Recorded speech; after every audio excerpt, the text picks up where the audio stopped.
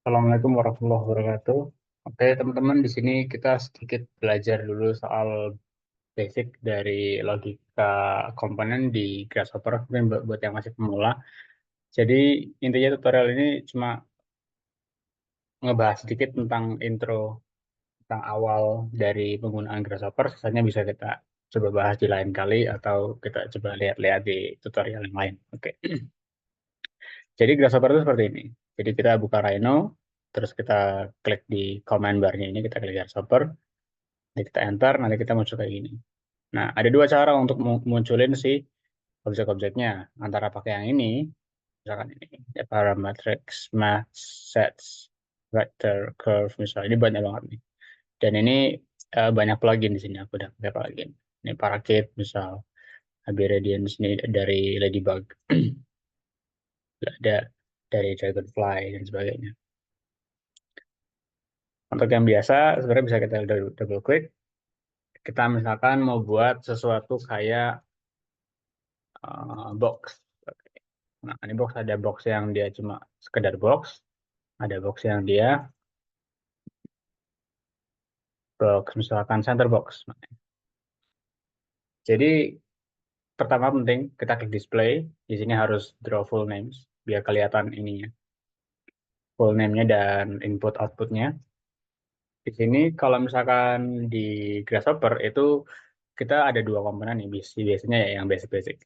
Nah, kalau kayak gini, itu kalau kita udah punya objek di Rhino, kita tinggal klik box, klik kanan, nanti set one box misal. Nanti dia akan mengkategorisasikan itu masuk ke dalam komponen ini. Ini kita nggak pakai sekarang, kita bikin center box biasa. Oke, nah center box ini ada beberapa input nih, ada base, ada x, y, z. Kita tahu di sini kalau Grasshopper itu bekerja dengan basis koordinat kartesius. Jadi kita bisa lihat aja di sini ada x, y, z.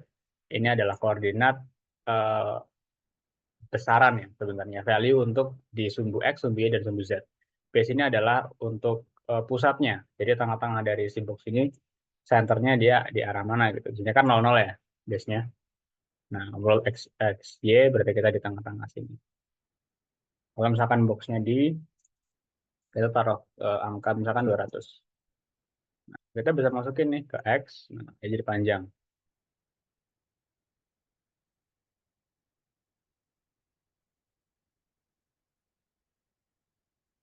Dan juga kita masukin ke Y, ke Z, nah dia jadi besar ini. Ini bisa kita kecilin. Center tetap di 00. Ini bisa kita masukin kayak misalkan 50. Terus sumbu X, unit X nih. Kita ini masukin ke faktor dari input ini. Nah, terus di sini unit faktornya kita bisa masukin ke base. Nah, dia akan pindah. Oke. Jadi itu basic awalnya sebenarnya ya. Dan ini kita bisa punya banyak contoh-contohnya yang mau kita lakuin. Cuma ini lagi-lagi tergantung dari pemahaman kalian sama eh, eksplorasi aja. Kita bisa lihat di sini ada maths, ada domain, misalkan ada operation, ada polinomial. Sini juga untuk list, kita bisa mengutak-atik data di sini, ada sequence. Nah, ini bisa dieksplorasi, coba-coba aja dulu. Ini banyak banget kegunaannya. Mungkin itu aja untuk basic, benar-benar basic awal. Misalkan ini bisa kayak yang kita move nih. Ada sebenarnya caranya move. Kalau kita mau move, nah ini kita ada geometri, ada motion. Nah, box ini enaknya di Grasshopper itu pas kita gerakin atau kita pindah, dia nggak ngehapus posisi awal dari boxnya kalau nggak kita matikan preview. Oke, misalkan motionnya, kita pengen bikin dia gerak ke arah kanan. Ini aku copy aja ya, biar cepat. Kayak gini.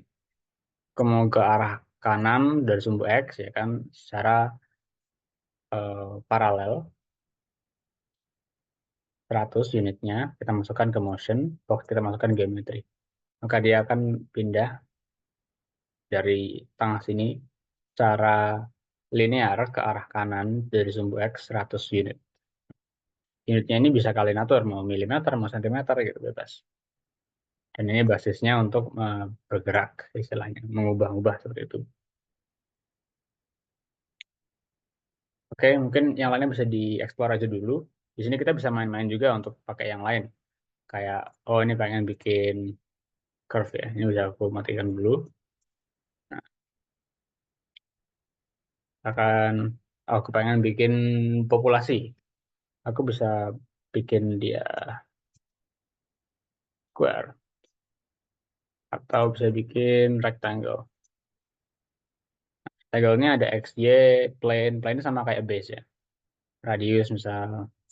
Misalkan aku pengen buat rectangle-nya itu punya X sama Y size-nya misalkan 550 bisa. Kita masukin di sini, kita masukin di sini. Nah, kita punya rectangle nih.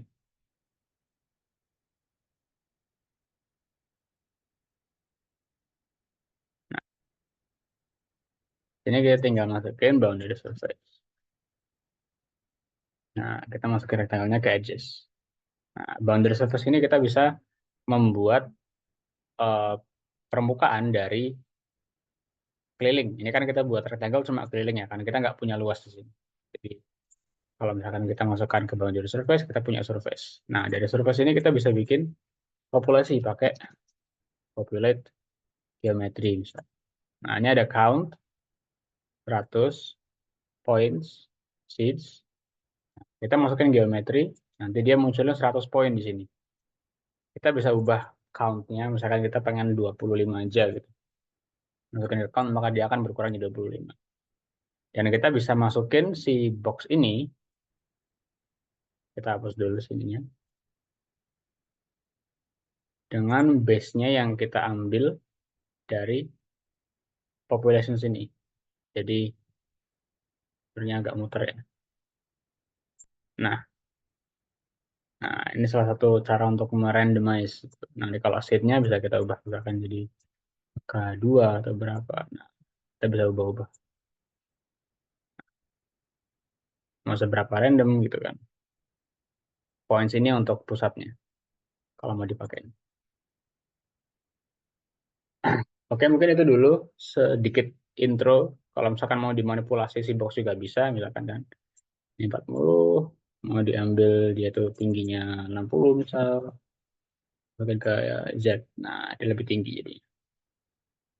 Oke, mungkin itu dulu. Yang sisanya nanti bisa kita coba tes-tes pakai tutorial lain. Ini benar-benar intro banget buat yang pengen nyoba-nyoba. Seenggaknya itu logika sederhananya. Kasih udah yang memperhatikan, nanti kita bisa explore lagi. Kalau ada pertanyaan bisa langsung tanya. Oke, terima kasih. Assalamualaikum warahmatullahi wabarakatuh.